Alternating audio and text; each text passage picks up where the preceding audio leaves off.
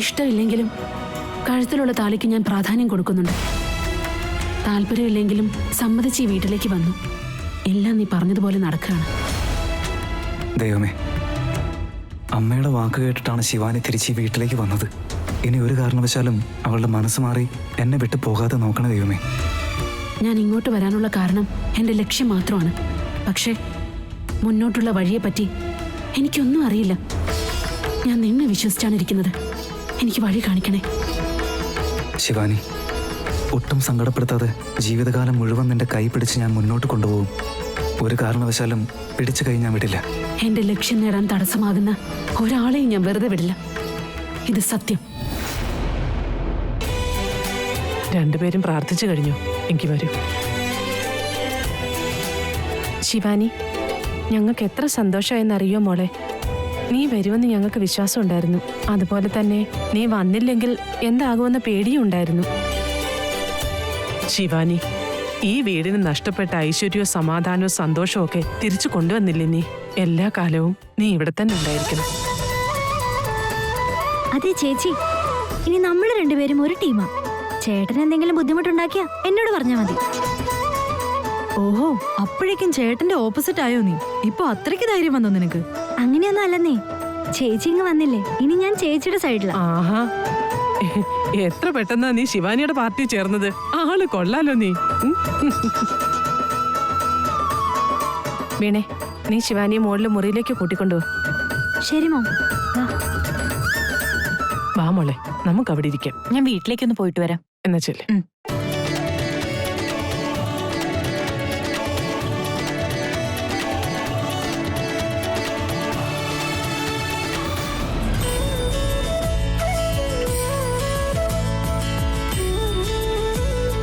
ചേട്ടാ, അവസാനം എല്ലാം അങ്ങനെ ശരിയായി. ശിവാനി ഇത്ര പെട്ടെന്ന് സമ്മതിക്കുമെന്ന് ഞാൻ ഒട്ടും പ്രതീക്ഷിച്ചില്ല. ഓ, എന്നാലും അവള് സമ്മതിച്ചല്ലോ. ഇല്ലായിരുന്നെങ്കിൽ അതുവരേക്ക് ഞാൻ ഈ ബ്രഹ്മചാരി ജീവിതം ജീവിക്കേണ്ടി വന്നേനല്ലോ. നീ ഇല്ലെങ്കിൽ എന്റെ മധു, ഈ വീട് ഒരു ലൈബ്രറി ആയിട്ട് എനിക്ക് തോന്നുന്നു. ആ പൊന്നുമോൻ കാരണം കെട്ടിയ പെണ്ണും എനിക്ക് ദൂരെ ആയല്ലോടി. ഓ, അതാണോ വലിയ കാര്യം? നിങ്ങൾക്ക് സ്നേഹം എന്നോടല്ല, എന്റെ വയറ്റിൽ വളരുന്ന കുഞ്ഞിനോടാ. അവസാനം നിങ്ങളുടെ വായിന്ന് അത് കേട്ടല്ലോ. ഏയ്, നിന്റെ ഒരു കാര്യം ഞാൻ അങ്ങനെയൊന്നല്ല ഉദ്ദേശിച്ചത്. അറിയാം, 25 വർഷം നിങ്ങളുടെ കൂടെ ജീവിച്ചതല്ലേ ഞാൻ. നിങ്ങൾ പറയുന്നതിന്റെ അർത്ഥം എനിക്ക് മനസ്സിലാവും. ഇപ്പോഴെങ്കിലും നിനക്ക് മനസ്സിലായല്ലോ. എന്താ പറഞ്ഞേ? ഒന്നുമില്ലേ.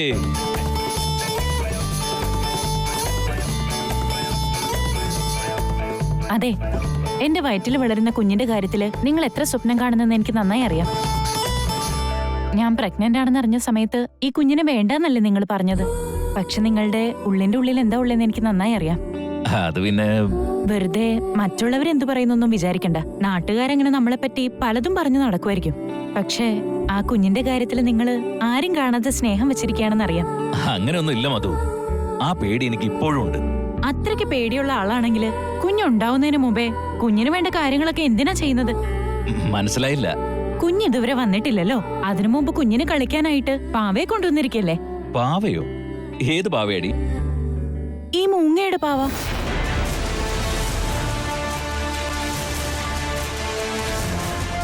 എന്താടിത്? നീ എന്തിനാ എടുക്കാൻ പോയത്? എന്തെങ്കിലും എടുക്കുന്നതിന് മുമ്പ് എന്നോടൊന്ന് ചോദിച്ചുകൂടായിരുന്നു നിനക്ക്? നിന്റെ അല്ലേട്ടാ, കുഞ്ഞിന് വേണ്ടിയല്ലേ ഇത് കൊണ്ടുവന്നത്. പിന്നെന്തിനാ എന്നോട് ചാടുന്നേ? ഞാൻ ചാടിയതൊന്നുമല്ല, കാര്യം പറഞ്ഞെന്നുള്ളൂ. കുഞ്ഞിനായിട്ട് കൊണ്ടുവന്ന ഒരു സാധനം കുഞ്ഞിന്റെ അമ്മ തൊട്ടുന്ന് വെച്ച എന്താ പ്രശ്നം? കാര്യം എന്റെ പ്രസവം നടന്നിട്ടില്ല, കുഞ്ഞിപ്പോഴും വയറ്റിൽ തന്നെയാ. അതുകൊണ്ട് ഞാൻ ഈ പാവയെ തൊട്ടത് നിങ്ങൾക്ക് ഇഷ്ടായില്ലെന്നാണോ? അതിങ്ങോട്ട് തന്നെ. മധു, വേണ്ടെന്ന് ഞാൻ പറഞ്ഞതല്ലേ. കുഞ്ഞ് ജനിച്ചതിന് ശേഷം ഞാൻ തന്നെ തരാം. ആ കുഞ്ഞ് ഇത് വെച്ച് കളിക്കട്ടെ. ഇത് വെച്ച് അത് കളിക്കട്ടെ എന്നാണ് എന്റെ ആഗ്രഹം. അതുവരേക്കും നമുക്കിത് സൂക്ഷിച്ചു വെക്കാം, കേട്ടോ? അതല്ലേ ഏട്ടാ, സൂക്ഷിച്ചു വെച്ചോളാം ഞാൻ പറഞ്ഞല്ലോ. പിന്നെ എന്താ നിനക്ക്?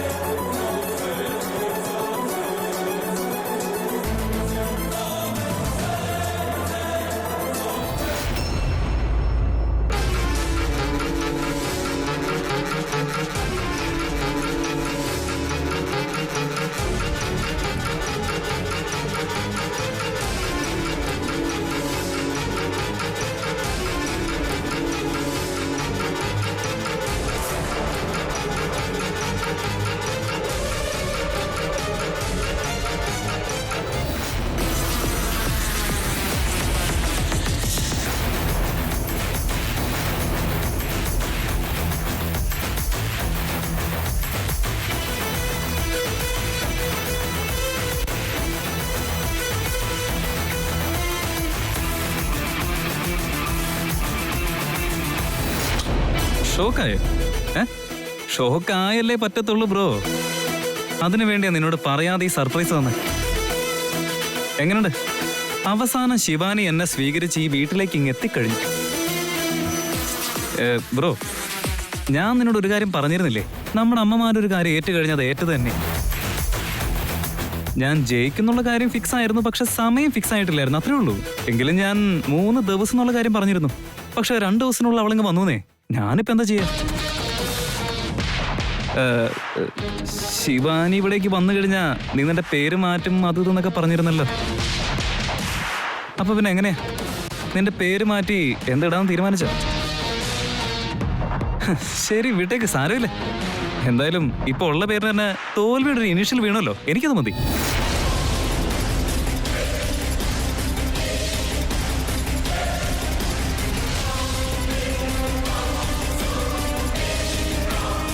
ശരി, ശിവാനി എനിക്ക് വേണ്ടി റൂമിൽ കാത്തിരിക്കുക. ഞാൻ അങ്ങോട്ട് പോട്ടെ, പിന്നെ കാണാം. ബൈ.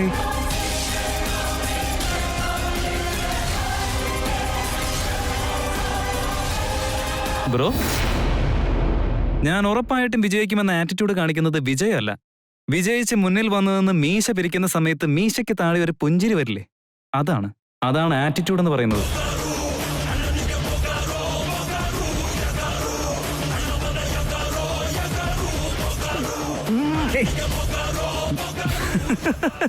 ഓക്കെ, പോട്ടെ.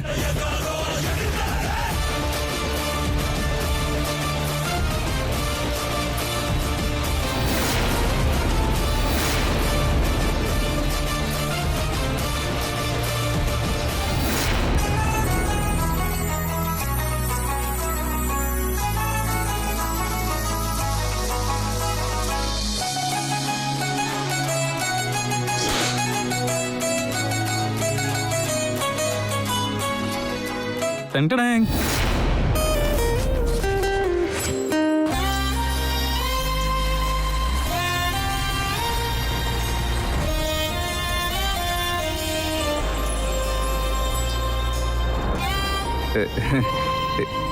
എന്താ ശിവാനി ഇങ്ങനെ നോക്കുന്നേ?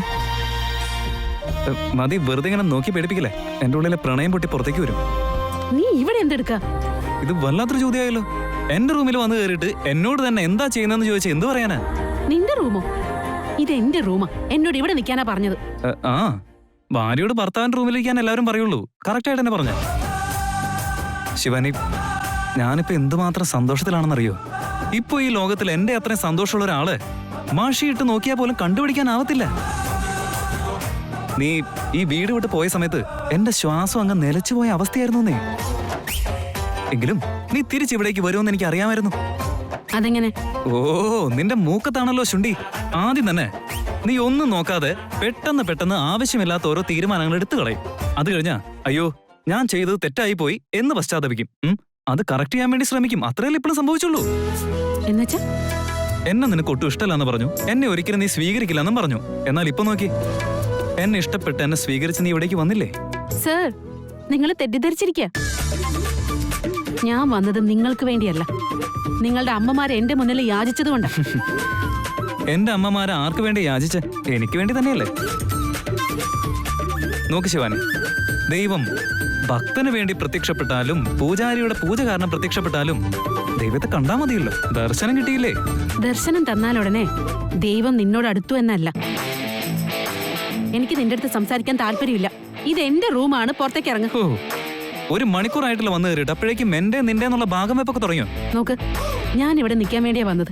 നീ ഇവിടെ നിൽക്കുകയാണെങ്കിൽ ഞാൻ പിന്നെ ഇവിടെ നിൽക്കില്ല. ഞാൻ പൊയ്ക്കോളാം. ഏയ്, ഈ പറയുന്നതിൽ എന്താ ലോജിക്കുള്ളേ? ഭാര്യയും ഭർത്താവായി കഴിഞ്ഞ ഒരു റൂമിലല്ലേ താമസിക്കണ്ടേ? അത് ഭാര്യയും ഭർത്താവും ആയവര്. ശിവാനി, ഞാൻ നിന്റെ ഭർത്താവല്ലേ? താലി കിട്ടിയില്ലേ? ഞാൻ നിന്നോട് അന്നേ പറഞ്ഞതാ, താലി കെട്ടി എന്നൊരു കാരണം കൊണ്ട് എന്റെ മേലെ ഭർത്താവാണെന്ന് അധികാരം കാണിക്കാൻ വരണ്ടാന്ന്. നിന്നെ ഞാൻ ഒരു കാരണവശാലും അംഗീകരിക്കില്ല. എല്ലാ പ്രശ്നങ്ങളും തീർന്നു എന്ന് വിചാരിച്ചിരുന്നപ്പോ പുതിയ പ്രശ്നങ്ങൾ ഉണ്ടാക്കുവാണല്ലോ. ഏയ്, നീ എന്താ പിറുപിറുക്കുന്നേ? എനിക്കിതൊന്നും ഇഷ്ടമല്ല. നോക്ക്, ഇവിടെ ഒന്നുകിലും ഞാൻ ഉണ്ടാവണം അല്ലെങ്കിൽ നീ ഉണ്ടാവണം. നീ തന്നെ തീരുമാനിക്കും. ശരി, ആയിക്കോട്ടെ. ശിവാനി, നീ ഒരിക്കലും കഷ്ടപ്പെടുന്നത് കാണാൻ എനിക്ക് താല്പര്യമില്ല. ഇവിടെ നീ തന്നെ കിടന്നോ. ഞാൻ ഒരു സെക്യൂരിറ്റി പോലെ ഇവിടെ എവിടെയെങ്കിലും ഉണ്ടാവും. ഇവിടെ നിന്റെ അടുത്ത് തന്നെ ഉണ്ടാവും. ഇപ്പൊ കഷ്ടമാണെങ്കിലും പിന്നെ ഇഷ്ടമായിക്കോളും. സെക്യൂരിറ്റി എപ്പോഴും വീടിന് പുറത്താണ് ഉണ്ടാവുക. നിനക്ക് അതും പറ്റില്ലെങ്കിൽ റൂമിന് പുറത്തിരിക്കും. നീ ഇവിടെ നിൽക്കുകയാണെങ്കിൽ ഒരു കാരണവശാലും ഞാനിവിടെ നിൽക്കില്ല. ഏയ് അത് ശരിയാവില്ല ശിവാനി. ഞാൻ ഇവിടെ തന്നെ ഉണ്ടാവണമെന്നേ. നിനക്ക് ഞാനും ഉണ്ടാവണം, എനിക്ക് നീയും ഉണ്ടാവണമല്ലോ.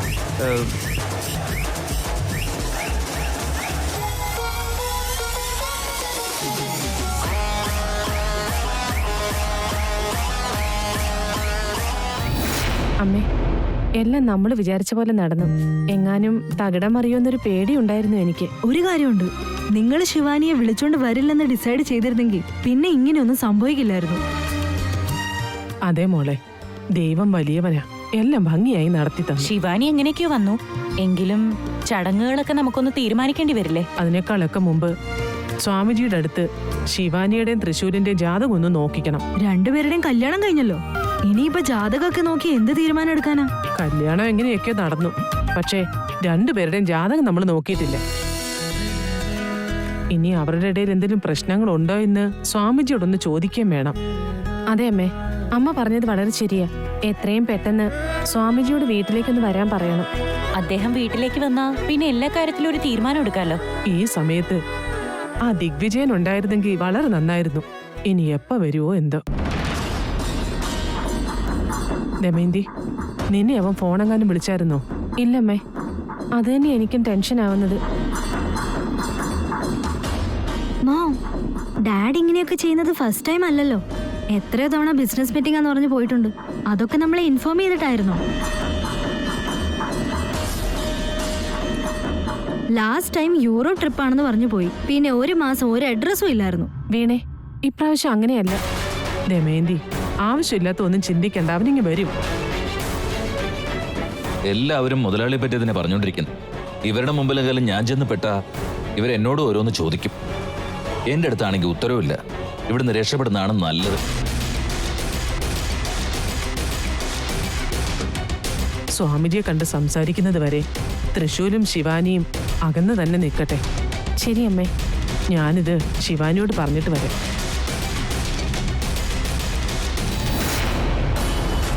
ത്രിവിക്രം, ഇനി നമ്മൾ ആലോചിച്ചിരുന്നിട്ട് യാതൊരു പ്രയോജനവുമില്ല. നമ്മളിപ്പോ തോറ്റിരിക്കുക. നമ്മുടെ എല്ലാ പ്രയത്നങ്ങളും പരാജയപ്പെട്ടു. നിന്റെ പ്രണയവും ലഭിച്ചില്ല, എന്റെ പ്രണയവും ലഭിച്ചില്ല.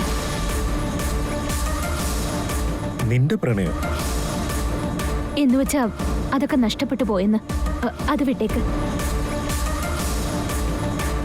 ശിവാനി ഇത്ര പെട്ടെന്ന് അവളുടെ മനസ്സൊക്കെ മാറ്റി തൃശൂലിനെ ഭർത്താവായി സ്വീകരിക്കുമെന്ന് ഒരിക്കലും ഞാൻ കരുതിയില്ല.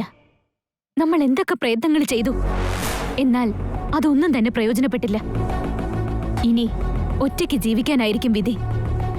ശിവാനിയെ തിരിച്ചു കിട്ടാൻ വേറെ ഒരു വഴിയില്ലെന്നാണോ നീ പറഞ്ഞു വരുന്നേ? എന്ത് വഴിയുണ്ടെന്നാണ്? അവരുടെ ദാമ്പത്യം പോലും തുടങ്ങിക്കഴിഞ്ഞു. ഇത്രയൊക്കെ ആയിട്ട് നീ അവളെ ആഗ്രഹിക്കുന്നത് ശരിയല്ല. അപ്പോ അതിനേക്കാൾ മുമ്പായിരുന്നെങ്കിൽ? മനസ്സിലായില്ല. ശിവാനിയും തൃശൂലും തമ്മിൽ ഒന്നാകാൻ ഞാൻ സമ്മതിക്കില്ല. അവരെ രണ്ടുപേരെയും തമ്മിൽ അകറ്റിയിട്ട് ശിവാനിയെ ഞാൻ തന്നെ സ്വന്തമാക്കും. അതും നല്ല മാർഗം തന്നെയാ. അങ്ങനെ ചെയ്താലും ശിവാനിയെ നിനക്ക് തിരിച്ചു കിട്ടും. ഇനി മുതൽ അങ്ങോട്ടേക്ക് എന്റെ ലക്ഷ്യം ഇതാണ്. ഇത് നിന്റെ ലക്ഷ്യമല്ല, നമ്മുടെ ലക്ഷ്യം. ശിവാനിയും തൃശൂലും തമ്മിൽ ഒരിക്കലും ഒന്നാകാൻ പാടില്ല. ഓരോ നിമിഷവും ശിവാനി തൃശൂലിൽ നിന്ന് അകന്നുകൊണ്ടേയിരിക്കണം. അതിനു വേണ്ടിയാ ഇനി ശ്രമിക്കേണ്ടത്. അത് നമ്മെ കൊണ്ട് സാധിക്കും, എത്ര കഷ്ടപ്പെട്ടിട്ടാണെങ്കിലും ശരി. മായങ്കനെ, ഇത്രയും ദിവസം നമ്മൾ തോറ്റുകൊണ്ടിരുന്നതിന് ഉത്തരം കൊടുക്കേണ്ട സമയമായിരിക്കാം. നീ എന്റെ കൂടെ നിൽക്കില്ലേ? ചോദിക്കേണ്ട കാര്യമില്ല. ഞാൻ എപ്പോഴും നിന്റെ കൂടെ തന്നെ നിൽക്കുള്ളൂ. നിന്റെ ലക്ഷ്യം ശിവാനിയാണ്, എന്റെ ലക്ഷ്യം തൃശൂലും. നമ്മുടെ ലക്ഷ്യം അവരെ തമ്മിൽ അകറ്റുന്നത്.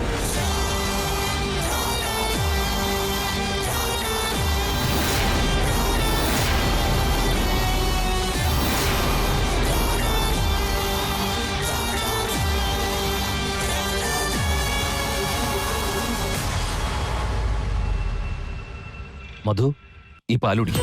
അയ്യോ, ഇതൊക്കെ എന്തിനാ നിങ്ങൾ എടുത്തോണ്ട് വരുന്നേ? എന്താ ഞാൻ കൊണ്ടുത്തരാൻ പാടില്ല? ഭാര്യ ഭർത്താവിന് ജീവിതകാലം മുഴുവനും സേവ ചെയ്യും. ഭർത്താവിന് ഭാര്യയ്ക്ക് സേവ ചെയ്യാൻ അവസരം ലഭിക്കുക അവൾ അമ്മയാവുമ്പോഴാണ്. എനിക്കിപ്പോ ആ അവസരം കൈവന്നിരിക്കുകയാണ് മധു. അതുകൊണ്ടാണ് ഇങ്ങനെ ചെയ്യുന്നത്. ഇത് കുടിക്കും. ശരി, തന്നേക്ക്. ചേട്ടാ, എല്ലാവരും കുഞ്ഞിന്റെ കാര്യത്തിൽ വളരെ സന്തോഷത്തിലാണ്. നിങ്ങളുടെ മുഖത്ത് മാത്രം എന്താ ഒരു വിഷമം പോലെ? എന്താ പറ്റിയത്? അങ്ങനെയൊന്നും ഇല്ല മധു, എനിക്ക് സന്തോഷം തന്നെയുള്ളു. എന്നിട്ട് ആൺകുട്ടി വേണോ പെൺകുട്ടി വേണോന്നൊന്നും നിങ്ങൾ പറയുന്നില്ലല്ലോ. ഏത് കുട്ടിയായാലും ഇപ്പൊ എന്താ, എന്തായാലും നല്ലതല്ലേ വരൂ. അങ്ങനെയല്ല ഏട്ടാ, മനസ്സിലൊരു ചെറിയ ആഗ്രഹമൊക്കെ ഉണ്ടാവില്ലേ? ആൺകുട്ടി വേണോ പെൺകുട്ടി വേണോ പറയുന്നേ. ഇരട്ട കുട്ടികളായിക്കോട്ടെ, ഒരാണും ഒരു പെണ്ണും. ആഹാ, ആഗ്രഹം കൊള്ളാലോ. മനുഷ്യന്മാർക്ക് ആഗ്രഹങ്ങളൊക്കെ വേണം, പക്ഷെ ഇത്ര അത്യാഗ്രഹം ഒന്നും പാടില്ല. അത്യാഗ്രഹം അല്ല മധു, ഇരട്ട കുട്ടികളായ നന്നായിരിക്കും. ഏത് കുഞ്ഞു വേണമെന്നൊന്ന് പറയുന്നേ. എന്റെ ആഗ്രഹം അവിടെ നിൽക്കട്ടെ. നിന്റെ മനസ്സിലുള്ള ആഗ്രഹം എന്താ? എനിക്ക് ഒരു പെൺകുഞ്ഞു വേണമെന്ന് ഒരുപാട് ആഗ്രഹമുണ്ട്. പെൺകുഞ്ഞോ? നിങ്ങൾക്കും അത് തന്നെയാണോ ആഗ്രഹം? പെൺകുഞ്ഞാണെങ്കിൽ നല്ല രസമായിരിക്കുമല്ലേ ഏട്ടാ? എനിക്ക് ഏത് കുഞ്ഞായാലും കുഴപ്പമില്ല, പക്ഷേ പെൺകുഞ്ഞു മാത്രം വേണ്ട. പെൺകുഞ്ഞിനെ വേണ്ടെന്നോ? ഒരു കാരണവശാലും വേണ്ട. ഏട്ടാ,